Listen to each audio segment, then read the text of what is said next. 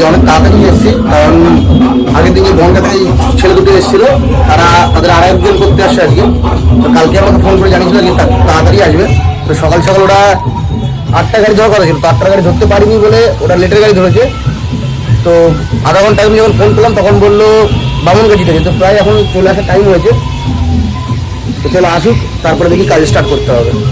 তো ঘন্টা দেড়েক আগে বিশমাল চলে এসছে, সাথে আজকে দুজনকে নিয়ে এসছে। একজন ক্যামেরার উপরে আছে, ক্যামেরার সামনে আসবে না, আর দুজনে বসে আছে। তো দাদা এখন আমাকে ব্যান্ড ট্যাটু করবে, পেন্সিল অলরেডি রেডি হয়ে গেছে। তো এবার শুরু করবো, কারণ আমরা প্রায় 1 ঘন্টা 1.5 ঘন্টা এখানে টাইম ওয়েস্ট করেছি। এবার কাজে বসে তারা বাড়ি যেতে হবে। তো চলো করতে করতে দেখা হচ্ছে।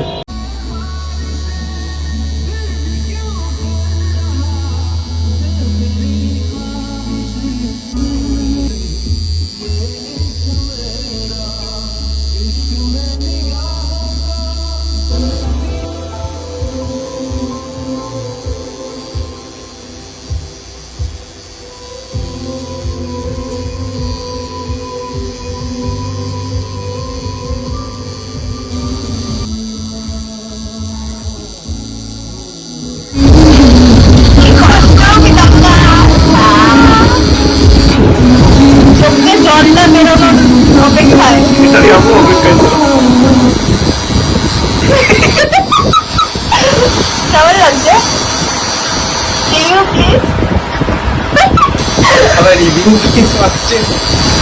বলে আজকে এত কষ্ট কাছে নেই বলে, হ্যাঁ কাছে থাকলে কোলে বসিয়ে করতে হবে।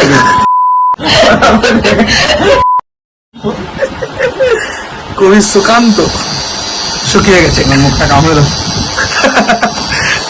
এসো না এসো না, পরে কাটতে হবে কিন্তু। জলটা বেরোতে গিয়ে বেরোচ্ছে না। ইস, জল বোতলে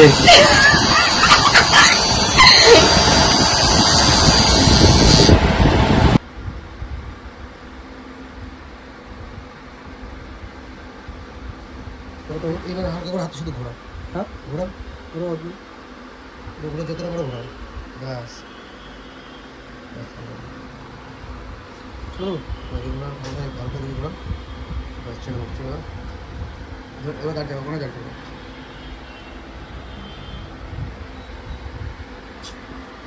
তো ফাইনালি আমাদের কাজ কমপ্লিট হয়ে গেছে, ব্যান্ড পুরো কমপ্লিট। তো দাদা দাদা পুরো খাওয়া দাওয়া করছে, সকাল থেকে আমরা দম ভেঙে নিয়েছি। এখন যাই ওরা খাওয়া দাওয়া করছে, তারপরে ওই আয়টা করবে, সেই জন্য আমার প্রিপারেশন নিচ্ছে। তো ওরা খেয়ে নিক, আমি বাড়িতে খেয়ে আসি। আমরা ব্যান্ড কমপ্লিট করে এখন সেকেন্ড ধরলাম একটা। তো এখন হাতে কি নিবে না সেফটি মনে দিয়েছিল, বুঝতে পারিনি, কারণ হিসেবে শোনা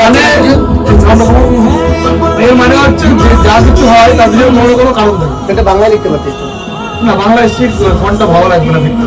আচ্ছা, তো চলো এটা সুন্দর লেট হয়ে গেছে, তার মধ্যে করে দেখাচ্ছে।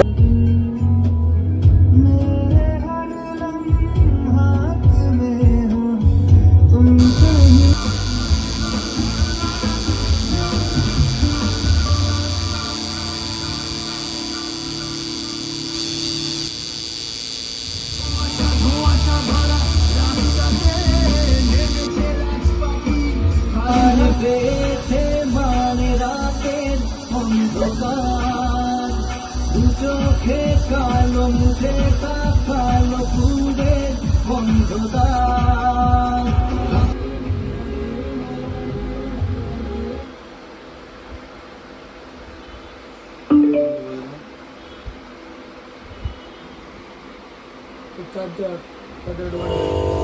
জাস্ট কাজ বাজ শেষ করে এখন দোকানপাট পরিষ্কার করলাম। তো এখন একটু যাবো বাড়ি থেকে, কারণ সকালে আসার পরে সারা দিন বাড়ি যায়নি, খাওয়া হয়নি সারাদিনে। তো ওরা এসেছিলো, ওরাই খাচ্ছিল, আমি আর খাইনি। তো খেলে আবার ঘুম পেয়ে বলে আর তো চাপও নিইনি।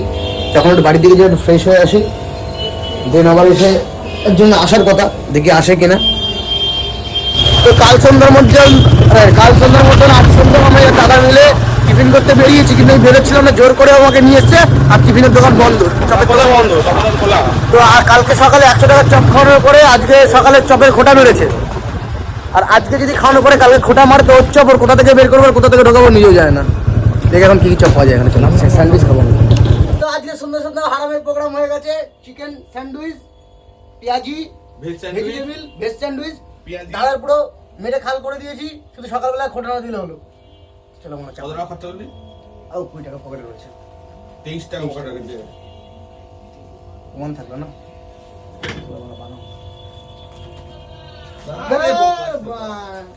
তো আমি দাদা টিফিন করলাম সন্ধ্যাবেলা ভালো টিফিন হলো তো খেয়ে পাচ্ছিলাম না বেকার ভাবলাম ফেলে দেবো তো ওকে ফোন করে ডাকলাম স্যান্ডউইচটা একদমই গন্ধ বেরোচ্ছিল তার কারণে ওকে ফোন করে ডেকে খাইয়ে দিলাম বেকার নষ্ট করে দিলাম 20 টাকা দাম নিয়েছে মানে স্যান্ডউইচটা ভালো না তো ফেলবো কি করে 20 টাকা দাদা খাইয়েছে তো ওকে ডাকিয়ে খাইয়ে দিলাম বেকার নষ্ট করে তো লাভ নেই বাবুদা বলছে ওই দোকানে চপ খেতে না তুমি বলছো ওই দোকানে চপ খেতে না তো এবার যাই দেখি কি হয় দাদা ডাকছে বারবার করে চপ